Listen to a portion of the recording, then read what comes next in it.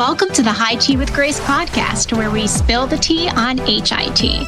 Today, I'm honored to welcome Holly Taylor, General Manager of Strategic Partnerships at Lucem Health. Thanks so much for joining me, Holly. Thanks so much for having me. So great to spend some time with you. So tell me a little bit about the career path that brought you to your role today. Well, I started decades ago on the provider side, meaning that I was working directly with healthcare provider organizations, first for many years, 15 years, in implementing clinical research studies back in the days when we were trying to migrate research out of the academic institutions and into community hospitals. That was a little radical back then, but it ended up being a really great trajectory for me, something I was very passionate about, and it married my clinical experience along with some business acumen and how to do things at scale. Then I moved over to the early days of population health and value-based care in some population health management roles in the early Medicare ACO programs, Medicare Advantage. And during that tenure, I always say I learned more in that 2 years than I did the prior 15, 20. And that motivated me to move to the dark side, which is healthcare technology, because we didn't have the tools. I still don't think we have great tools in population health. And I thought, well, maybe I can take all of this hard-won experience and influence what's being built. And I ended up at a company called Zirmed, which is now Waystar, and they just acquired a population health tool, got to work with that team, and man, did I get the bug about software development, the super smart, innovative people working in product and engineering. I mean, I was just enamored. And in that position, I was also lucky enough to travel the United States and talk to some of the leaders, clinical leaders in population health and the payers, and really just expanded my awareness and understanding of the market 100-fold. After that company sold, I was recruited by the CEO of a physical therapy EMR company called Clinician. They had just acquired a very early stage patient engagement platform, and he asked me to come in as a consultant and help them just kind of integrate the company. They were a young team of 11, as I used to describe them, whip smart folks right out of UT here in Austin, and help them just kind of integrate into the company. And it didn't take me long to realize that this was an unusual situation. They had a real opportunity in the market. So I ended up staying and leading that division as the general manager and president. And we took it from maybe 100 patients on the platform and no revenue to 6 million patients, tens of thousands of providers over 3 years. And we had a successful exit. So that was just really one of the best experiences of my life. A lot of hard work, a lot of long hours, but that team to this day inspires me. They taught me so much about everything, and not just software development, how a good team and good culture should work. Carried that forward and took some time off after that acquisition, which I needed. And shortly after that, I had a rare ovarian cancer diagnosis, which kind of upends the world. Oh, I can only imagine. Oh, my goodness. It turned out very good for me. I'm doing fine. I've been healthy ever since. But what that experience... Thank you. What that experience did for me is lead me down the path of understanding the rare disease community, which I know with your leadership in the patient voice and having patients manage their health, shared decision-making, all of that, I know that you appreciate this so much, but it really changed the way I thought about my professional trajectory and making sure that I had crystallized my own professional goals to make sure that I am working in situations where we're actually improving patient lives. And in healthcare technology, sometimes we chase the money, the revenue, the shareholder value, and we do that at the expense of focusing the limited time and resources we have in technology towards solutions that make an impact. So that's it was a big turning moment for me. And that resulted in two things. One is I founded a company called Healthcare Ecosystem and pulled in some collaborators who also had rare diseases or were the parents of rare disease patients. And I have funded that, and they are hard at work at developing solutions for that rare disease community. Because I'm not a software engineer, I was a little bit at loose ends other than encouraging them from afar and helping to influence some of the tools that we're building over there. And my good friend and colleague, Sean Cassidy, who is the CEO of Lucem Health, and I decided that it might be a good fit for me to join the Lucem Health team. And prior to doing that, I had watched Sean and his really innovative team build a heck of a solution over the last 4 years, and not just riding the AI hype, but delivering practical solutions that, again, back to my personal North Star, are improving patient lives. And I just got fired up about it. So I joined the company 4 or 5 months ago, and I am running strategic partnerships as a general manager, but very specifically focusing on our type 1 diabetes early detection model. And because type 1 diabetes is a rare disease, it was, again, just a perfect fit in my professional goals. You are such a powerhouse. Guys, oh my goodness, how lucky are we? We should be paying you to be able to share your wisdom with us. So thank you for being here. So let's dive in and learn more about what amazing innovations are happening that you are seeing. How is AI changing the way we're thinking about things like early detection for type 1 diabetes, like the work that you're doing at Lucem? How is it helping reshape the future of T1D diagnosis? It's such a great question. And it's an important one. So if you think about early disease detection and preventative approaches, so one example, and we at Lucem, we have a solution in the early detection of colon cancer. And everybody over 50 knows you've got to go get that dreaded colonoscopy, but there's always a lack of compliance with that, and that's always a struggle. The other side of that is there is actually capacity issues in most health systems to even perform all the colonoscopies that need to be performed. So one of the approaches is, can we run an AI model in that particular population and prioritize patients to kind of go to the top of the list of these are the patients we really need to spend some time and energy on. So that was the approach with the colon cancer solution at Lucem, and they have expanded that to other early detection programs. And they turn their attention towards T1D for a number of reasons. One is there's a rising prevalence of type 1 diabetes. If you're my age, you remember the days when we referred to type 1 diabetes as juvenile diabetes.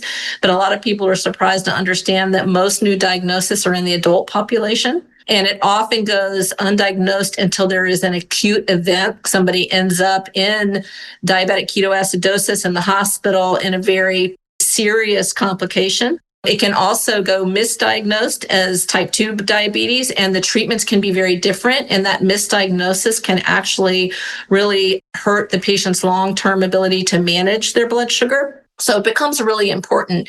And now with these AI models, back to what can we do now?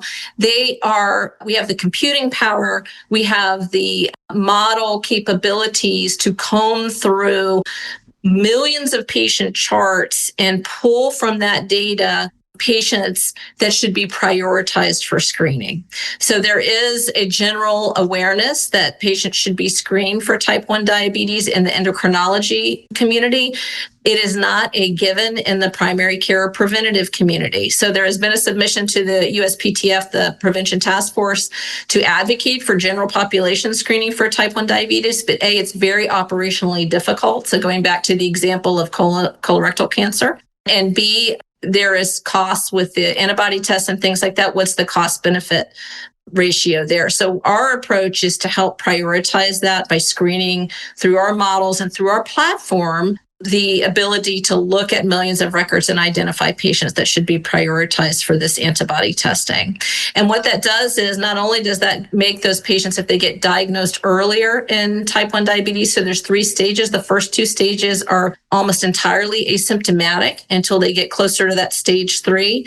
Identify them early, their clinical outcomes are better. If they're diagnosed earlier, they can initiate therapy earlier, monitor them closely, prevent DKA to less than 5% of patients may present if they're diagnosed early, as opposed to 40 to 60% if they're not diagnosed. And then there are new therapies available, disease-modifying therapies that delay the progression to stage 3, when they actually need insulin therapy. So there's an enormous advantage to getting diagnosed early and just really passionate about rolling this out and figuring out with our health system partners how to do this at scale. So how does the AI flag at-risk patients who might otherwise slip through that traditional crack of traditional care? And clearly it's a problem. All of the data is pointing that this is a problem that needs to be figured out. Yep. It's a great question. So interestingly, I had a call this morning with a couple of primary care physicians, and we were talking about this very subject. And an analogy that I've used, which seems to resonate with the clinicians, is remember the days before you were seeing 5 patients an hour or 6 patients an hour, or your early days of practice when you were spending a good 45 minutes going through a new patient chart, looking at things in context over time. Most physicians, and certainly primary care physicians, don't have that same time. Now, the AI models they're not physicians, but they have the time and the ability to quickly look through the chart and make those subtle connections that may not be easily accessible to the physician when they're glancing at the most recent labs, looking at other data points, but maybe not looking at the patient's history in its entirety. That's particularly important with T1D because it's an autoimmune disease. It's a latent progression. Sometimes it takes years for it to kind of simmer below the surface and develop into stage 3 diabetes. So having a tool that can see some of those more subtle, what we refer to as subclinical variables over time and kind of create that picture is a very powerful tool. And the good news is that it's a simple blood test. It's not an invasive colonoscopy. It's not an expensive imaging test. It's a simple blood test that will detect the autoantibodies that would indicate an autoimmune process. Fascinating. And how, as we're thinking about this, how can earlier diagnosis really change the course of the disease as we're thinking about that process? And even though there's no cure, what's the potential for it to reduce healthcare costs? And what's kind of your value prop on that side of things as well? That is something that we think about a lot. We have a lot of lofty goals, but we also realize that from a practical perspective, there has to be an ROI for the health system to adopt these tools. And really, there's 2 ways that we look at that. It's the clinical value. Are we saving lives? Are we improving patient lives? And what is the economic impact? So there's the economic impact, especially in value-based care models, of preventing those avoidable acute admissions for DKA. The other really big component of that puzzle piece is the better glycemic control that the patient will have over time if they're diagnosed early and they're started on therapy and they're monitored closely. It preserves some of the beta cells in the pancreas, and the patient can then have better glycemic control. So you've heard of the A1C, which is your blood sugar control. If they're diagnosed early, their A1Cs stay more stable. It's easier for the providers to get treatment to keep them at a stable level than it is if they had gone undiagnosed and ended up with an acute complication. What is the process like for these healthcare providers to integrate that routine screening for type 1 diabetes into their broader population health strategies? Like, what does that look like in these conversations you're having with people? That's the hardest part of what we do, to be honest. And one of the reasons I came to Lucem and why I'm such a big fan of our CEO, Sean Cassidy, is that he knows that this isn't just a technology solution. And frankly, I think this is where a lot of tech companies fall flat, is that it's not our job to just kick over, as an example, a list of patients that should be prioritized. We're working with the individual health system partners on figuring out how can they implement this to be part of their precision medicine approach or population health initiatives. But not all health systems have dedicated precision med teams, right?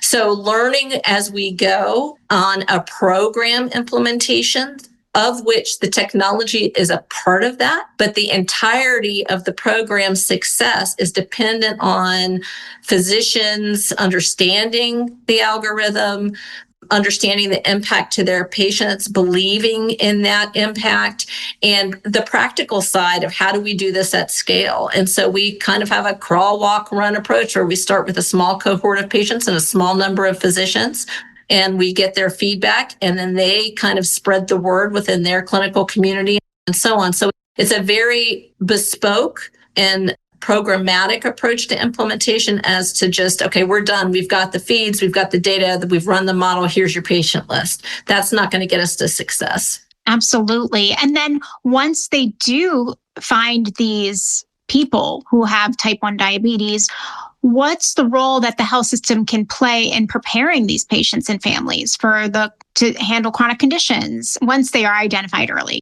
What is that next step then that you recommend or that they are doing? So that is something that I've been so encouraged to hear the physicians talk about, because they understand the psychological impact of that diagnosis, especially if they're being diagnosed in an acute situation. Why am I in the ER? I'm feeling terrible. All of a sudden, I was feeling fine last week and I've just gone downhill. And now you're telling me I have diabetes and I have to be on insulin.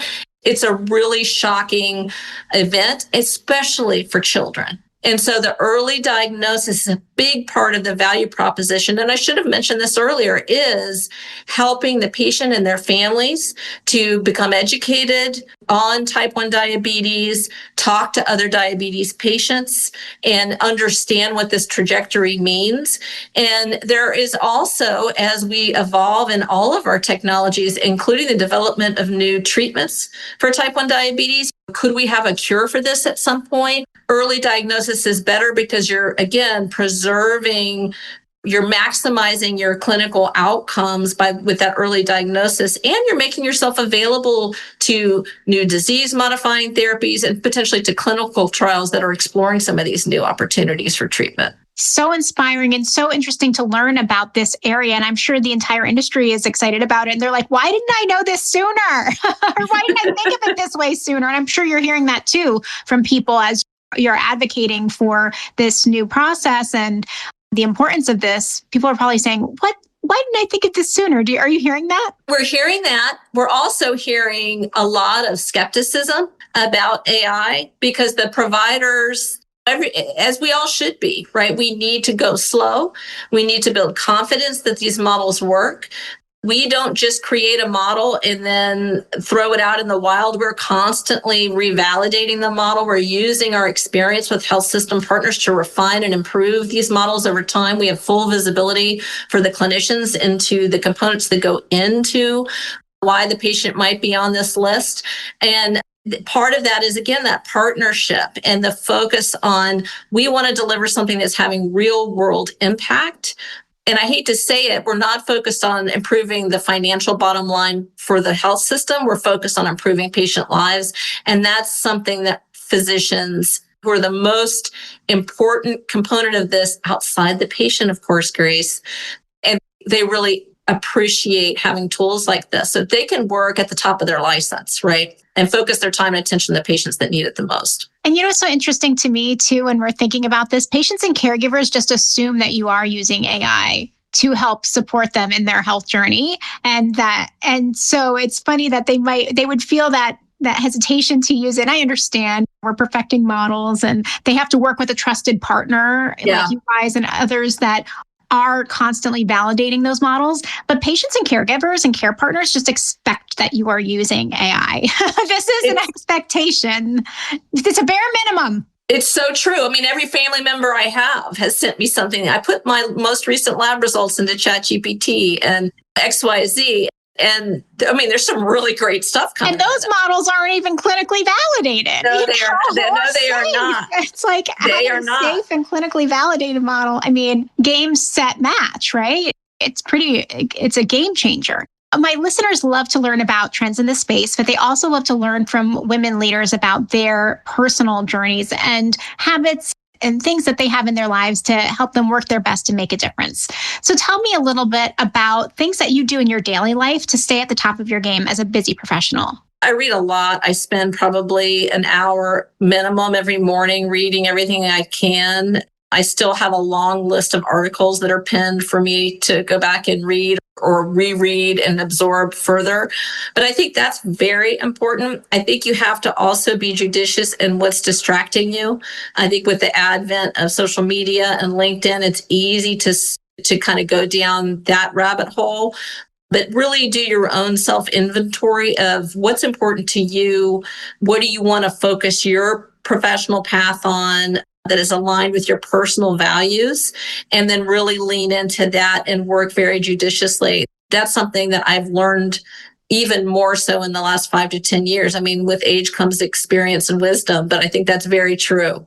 Having faced a busy and hectic and challenging health journey, I'm wondering, what are some strategies you have put in place to help you stay resilient in the face of these incredible obstacles you've had to face? I think for me personally, exercise, eating right, and sleeping, we all know those things, but actually executing on that when you're a busy professional takes commitment.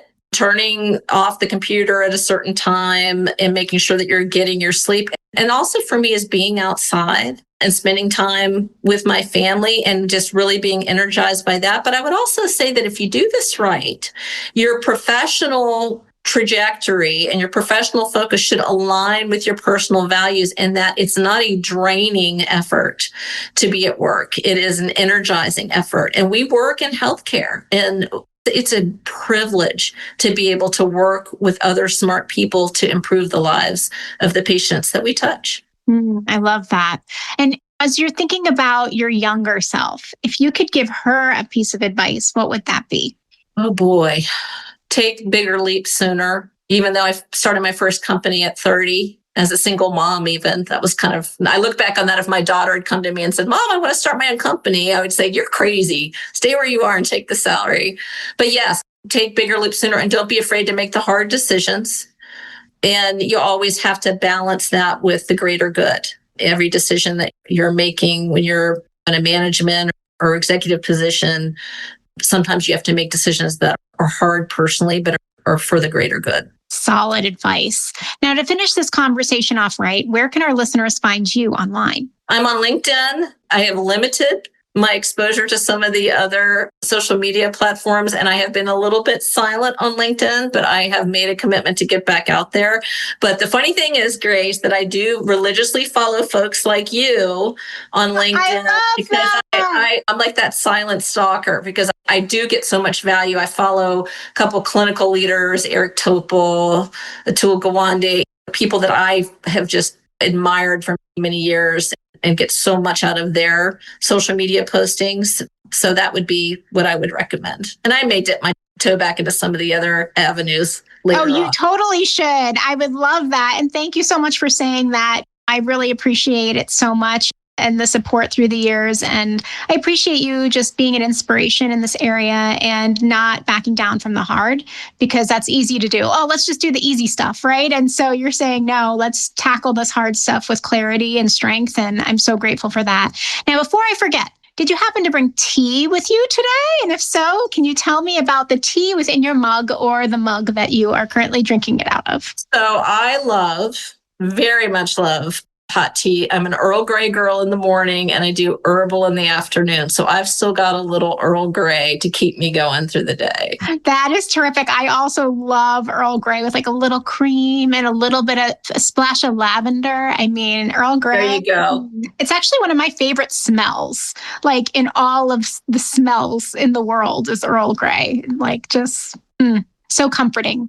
Well, thank you so much for joining us today, Holly. It was awesome having you on. Thank you, Grace. Appreciate you. Thank you. Appreciate you. And thanks to you folks for joining us today. Check out the High Tea with Grace podcast for more interviews with great guests like Holly today. Cheers. Like a Girl Media is more than a media network. It's a community. We want to meet you and amplify your voice and the voices of outstanding women innovating in healthcare. Interested in starting your own podcast or hosting an event near you? Connect with us online or in person. We're here to support and empower you.